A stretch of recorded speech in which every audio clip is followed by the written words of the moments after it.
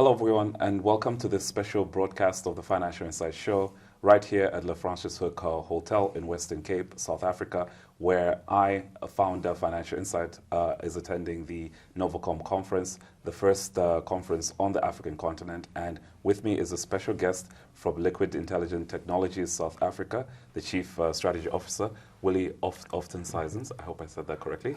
Yes, who's with me here? Willie, how are you doing? Thanks, I'm doing quite well.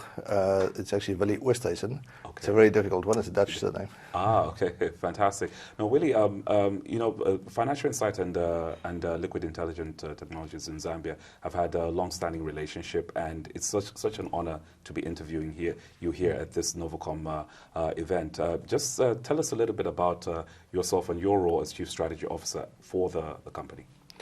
Thank you. So as I mentioned, my name is Willie Oosthuysen. I'm the Chief Strategy Officer for Liquid Intelligent Technologies. I'm based in Midrand at the Liquid head office for South Africa.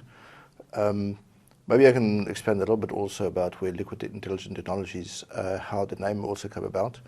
It previously used to be known as Liquid Telecom, but about 3 years ago we started the transition to also become a technology services company with a system integration function.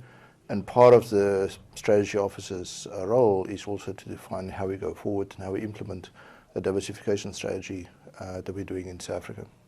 All right, that's quite interesting. But I'd also like to know a little bit more about why it's so important to participate in this important technology event, especially this one, which is the first one on African soil.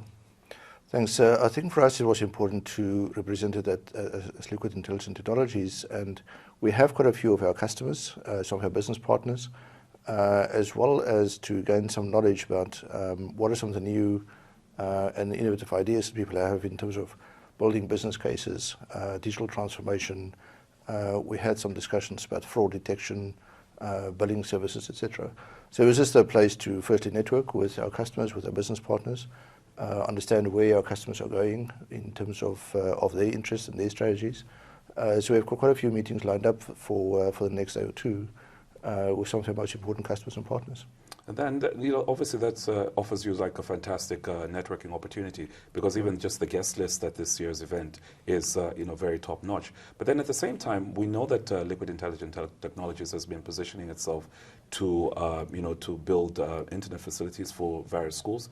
In Zambia, just recently, they launched the Internet Initiative for secondary schools. Tell us a little bit about the strategy and the importance of initiatives such as that. I think Liquid is very passionate about making sure we provide broadband and access to services.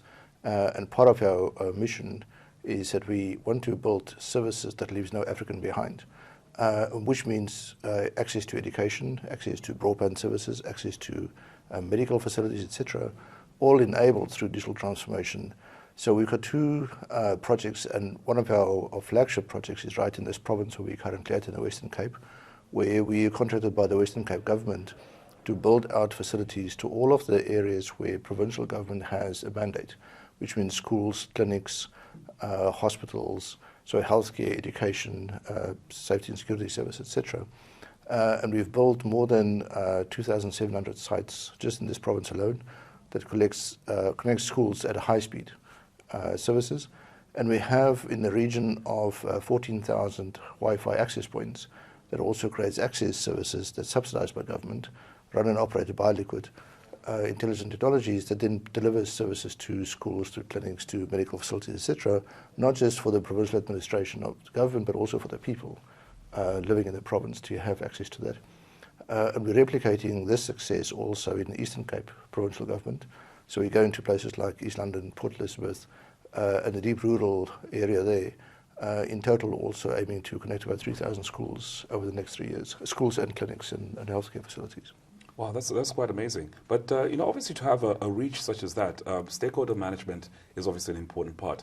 How has your stakeholder engagement been thus far? And have there been any bottlenecks that you've encountered, and how you're working around that to ensure that you're able to achieve these projects? I think we're very fortunate that we have in South Africa an organization called CSO, which is information for, it's like a central procurement arm, and making sure that in terms of the deployment, in terms of the engagement of the shareholders and the stakeholders, which includes, for example, the Premier of the province, includes the Director General, And we've got very frequent engagements with them on a monthly basis to make sure that we do steer the projects. Because it is sometimes difficult in rural areas where, for example, there's no power.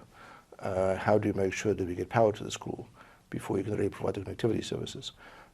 So that makes a lot of sense in how Liquid Intelligent Technologies also is part of a greater group called Cassava Technologies.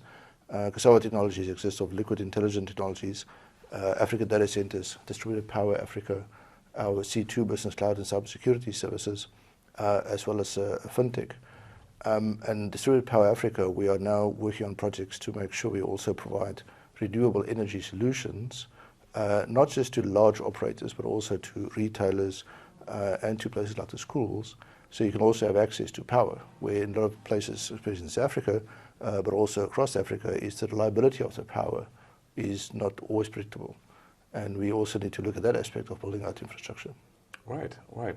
That's obviously very, very interesting. And I'd like to imagine that there's obviously some key takeaways that you've gathered thus far at the event. And maybe if you can tell us a little bit about what some of the things that you've picked up at this year's event that you'll see yourself applying going forward. I think one of the sessions I attended this morning was about digital transformation and the human element of digital transformation, because you always think about digital transformation is something that has just got to do with machines and machines replacing people and automation, etc. But there were some very interesting talks about the human element of digital transformation, that at the end of that transaction or at the end of that sale that you're doing is a human using your services.